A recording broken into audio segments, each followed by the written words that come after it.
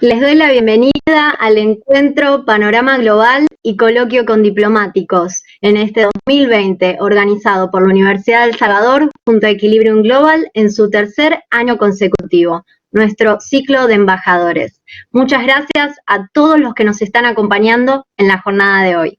En esta oportunidad tenemos el privilegio de compartir la disertación de la embajadora de la Unión Europea, Aude Mayo-Kolisch, quien nos acercará la actualidad de Europa con un panorama y cómo es el vínculo con Argentina. Agradecemos muy especialmente a la delegación de la Unión Europea aquí en nuestro país. Agradecemos también al equipo de Equilibrium Global por cooperar con nosotros para poder realizar esta actividad y agradecemos a la presencia de las autoridades de nuestra universidad, la vicerrectora académica, la vicerrectora de Investigación y Desarrollo y la secretaria de Bienestar Universitario. Ahora les quiero comentar que la señora embajadora Aude Mayo-Kolisch se graduó de la Universidad de Lille en 1994, realizando parte de sus estudios en las universidades de Warwick, Reino Unido y Saarbrücken, Alemania. Adicionalmente, tiene un título de posgrado en Economía Internacional y Derecho Comunitario y obtuvo una maestría en Ciencias Políticas Europeas del Colegio de Europa en Brujas, Bélgica. Tras trabajar en una consultora de asuntos públicos europeos entre 1998 y 2001, estableció la oficina de Bruselas de una compañía francesa líder en comunicación corporativa.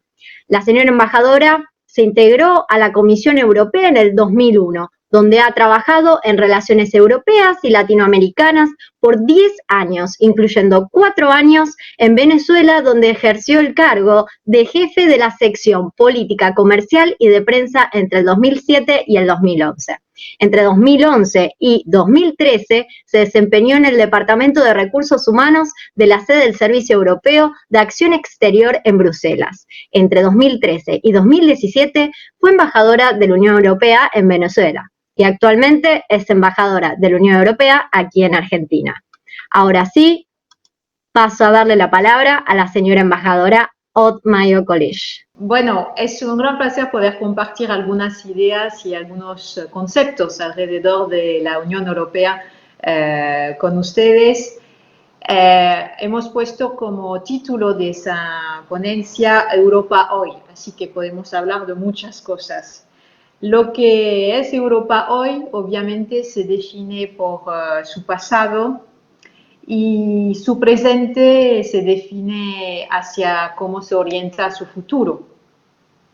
Así que me gustaría, como es un foro en el cual se habla mucho de cultura, de cooperación, he pensado que podría enfocar mi ponencia en ese tema cultural.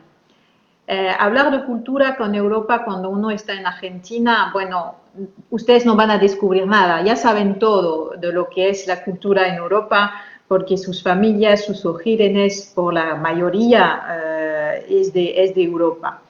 Y entonces, lo que quiero hablar de cultura, quiero hablar de una cultura que intentamos construir desde la Unión Europea como tal.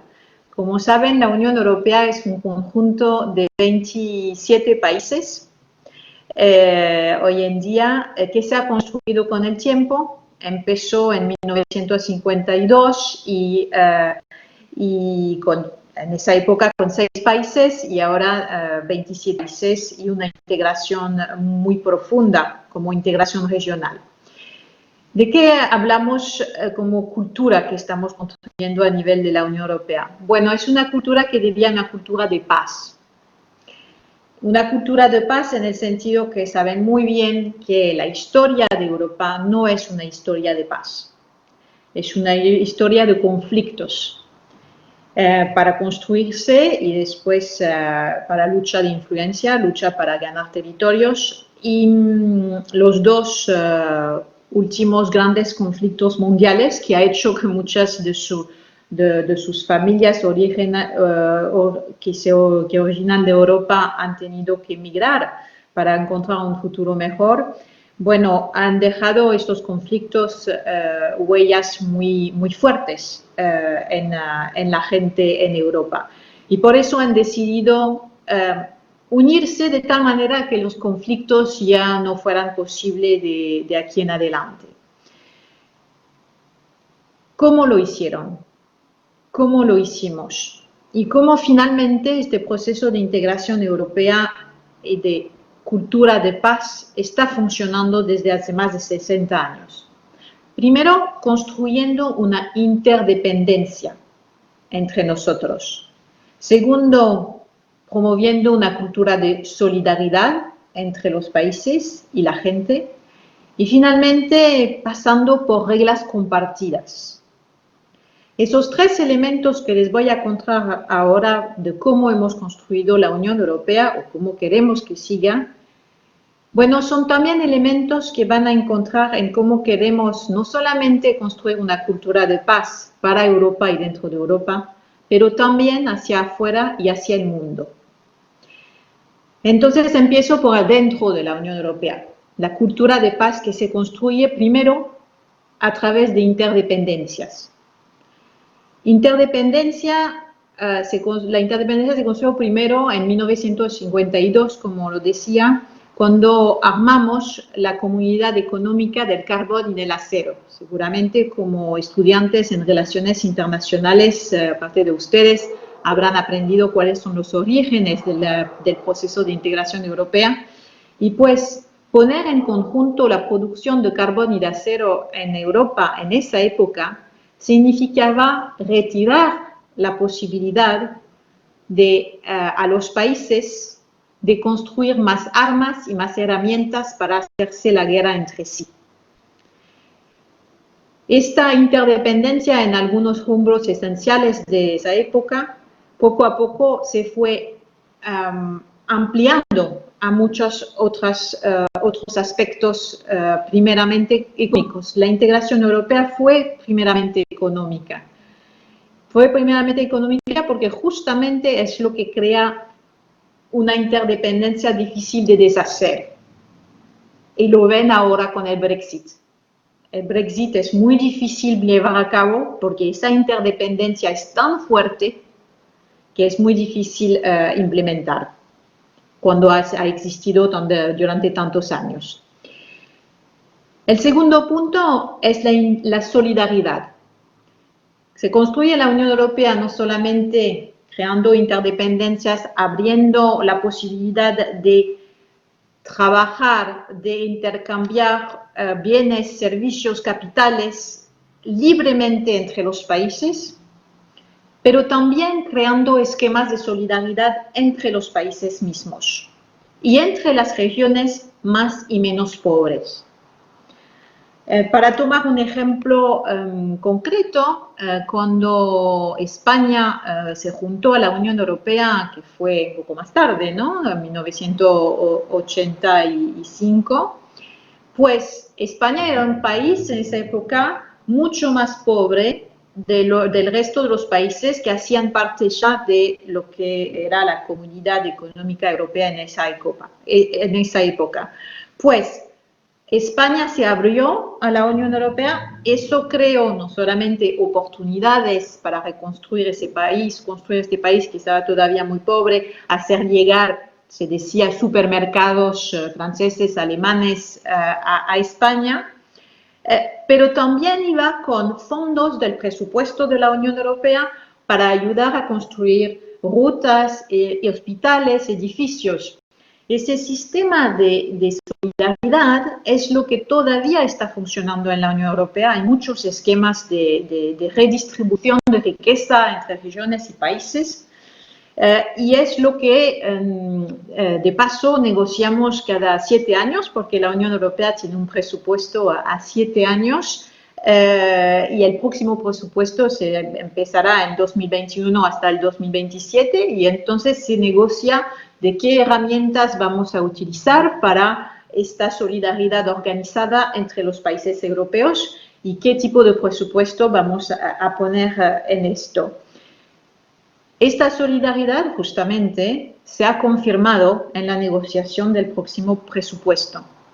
Esa negociación sobre el próximo presupuesto se ha finalizado en julio pasado y al mismo tiempo porque justamente estamos enfrentando esta terrible crisis del COVID y es increíble que ya he podido hablar más de 5 minutos sin mencionar el COVID, porque hoy en día solamente hablamos de esto, pero es una realidad a la cual estamos enfrentando. Y en esta decisión de todos los jefes de Estado sobre el próximo presupuesto para 2021-2027, decidieron añadir un presupuesto suplementario a todo el esfuerzo que se va a hacer en términos de solidaridad. Y es un presupuesto nuevo que se va a añadir a lo que es el dinero que no voy a entrar en detalle de cómo se financia el presupuesto europeo porque sería un poco largo, pero esta vez lo que se ha puesto es bien un fondo en vista a la recuperación de la Unión Europea después de la crisis del COVID. Lamentablemente sabemos que todavía no sabemos cuándo será el post-COVID, pero ya sabemos que hay mucho por reconstruir. Y se ha puesto encima de este presupuesto plurianual de 1,1 billones de euros, un fondo de 750.000 millones de euros en forma de préstamos. Es decir, que la Unión Europea va a tomar un préstamo para poder financiar un plan de recuperación post-COVID. Y este plan de recuperación va a permitir a los países que más lo necesitan a reforzar sus sistemas de salud, pero también a todos los países a reconstruir una economía diferente. Y es algo que voy a entrar más en detalle un poco más adelante de mi exposición. Entonces, les decía, cultura de paz a través de la interdependencia, 1, a través de la solidaridad, 2, y 3, a través de reglas compartidas. Y ese punto es muy importante.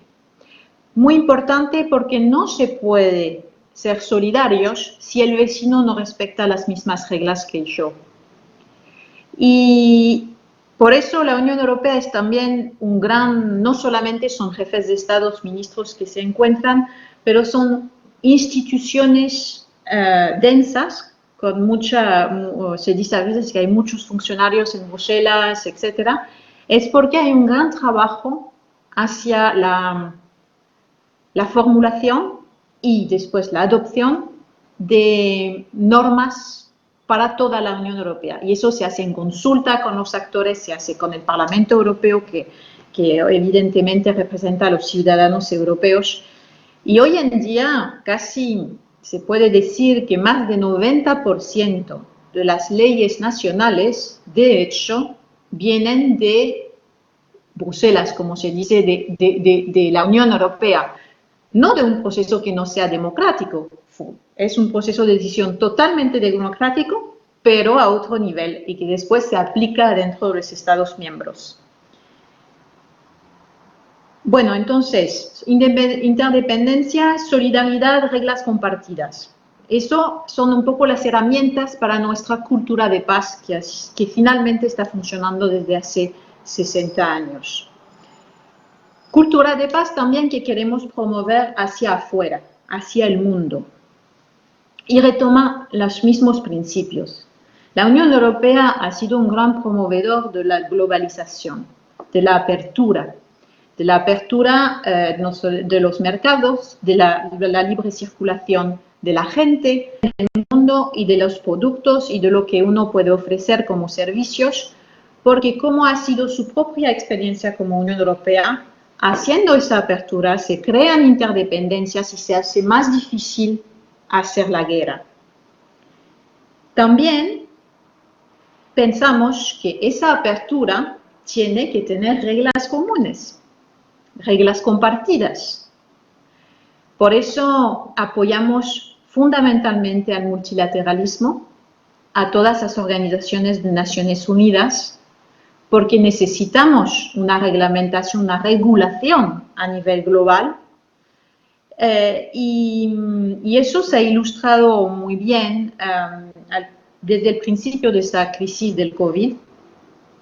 Desde el principio de la crisis COVID hemos querido mostrar demostrar a través de nuestro apoyo a la Organización Mundial de la Salud, por ejemplo, que esta crisis del COVID es una crisis global y es una crisis de la cual nadie va a salir adelante sin que todos salgamos adelante.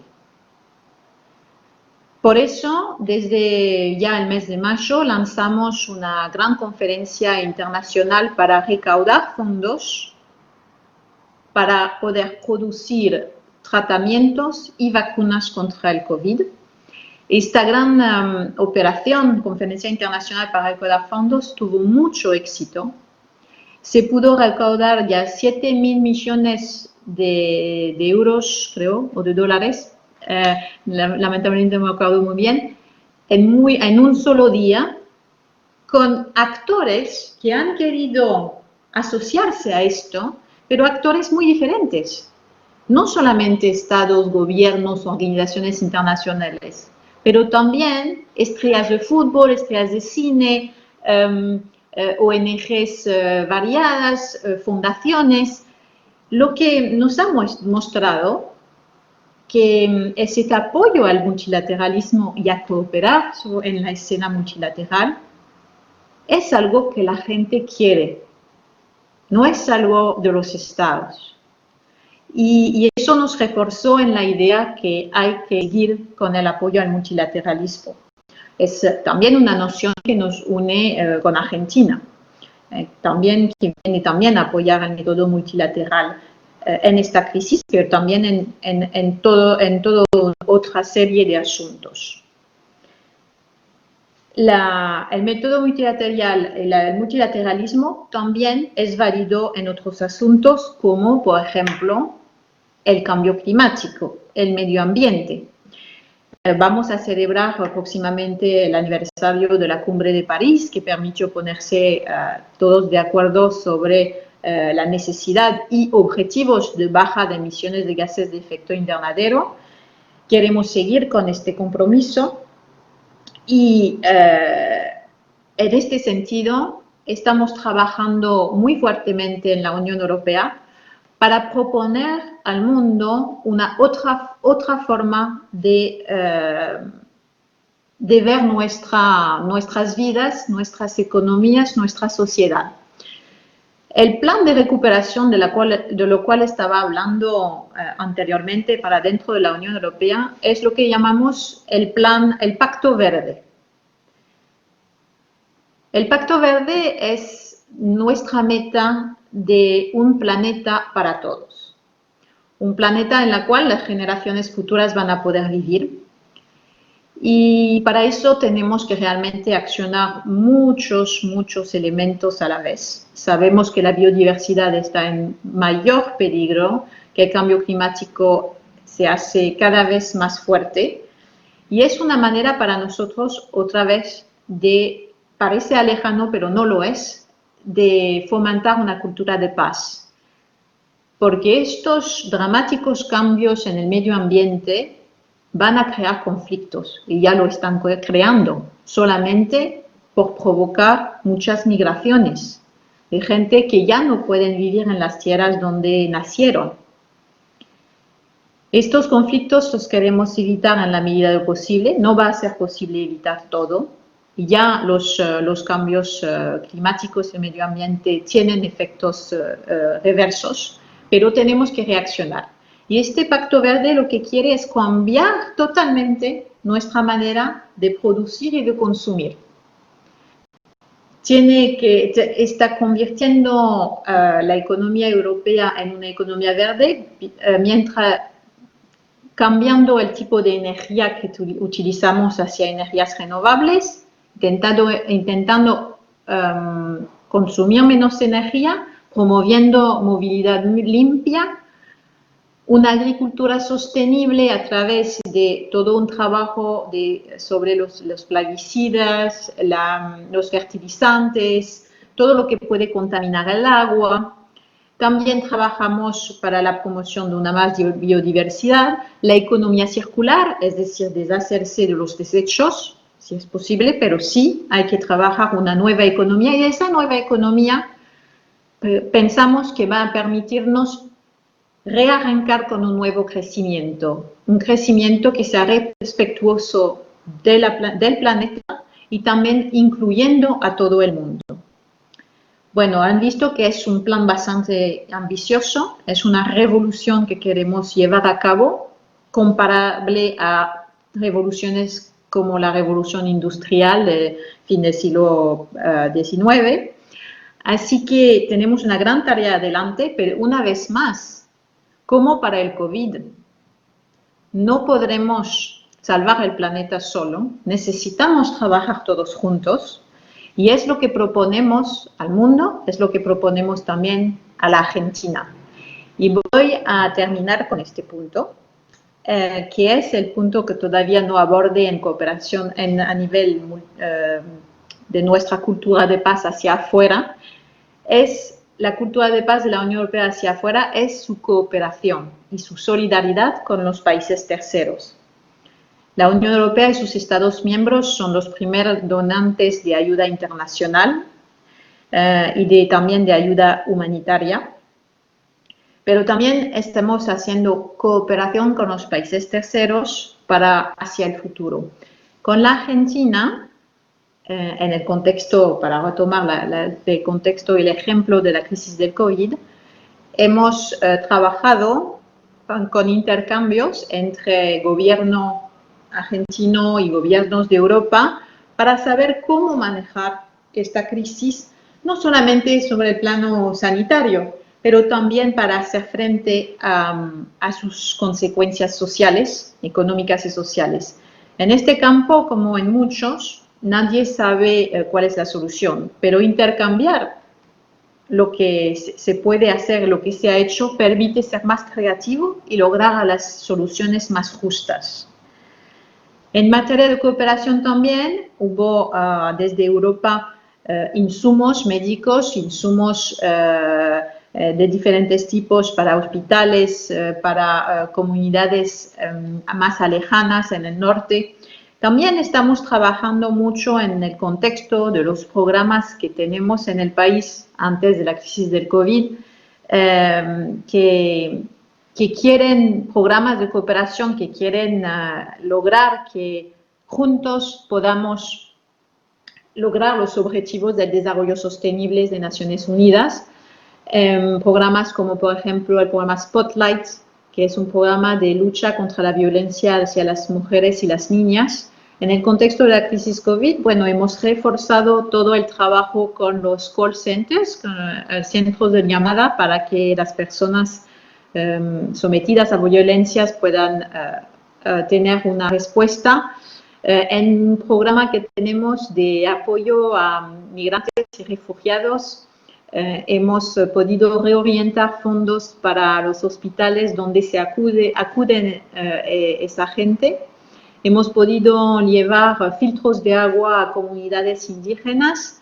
Pues hay todo un conjunto de medidas que se han tomado en cuenta y recién hemos publicado 2 convocatorias a proyectos de la sociedad civil y hemos recibido muchísimas propuestas. Son propuestas que nos hacen las organizaciones de sociedad civil, que nosotros vamos a seleccionar algunas en función del presupuesto que tenemos, para poder financiarlas con una donación, para que puedan llevar a cabo sus proyectos, porque queremos es decir, tenemos esa política en el mundo de apoyar a la sociedad civil, que son los organismos que hacen una democracia fuerte, y entonces es importante para nosotros apoyar a la sociedad civil en su trabajo.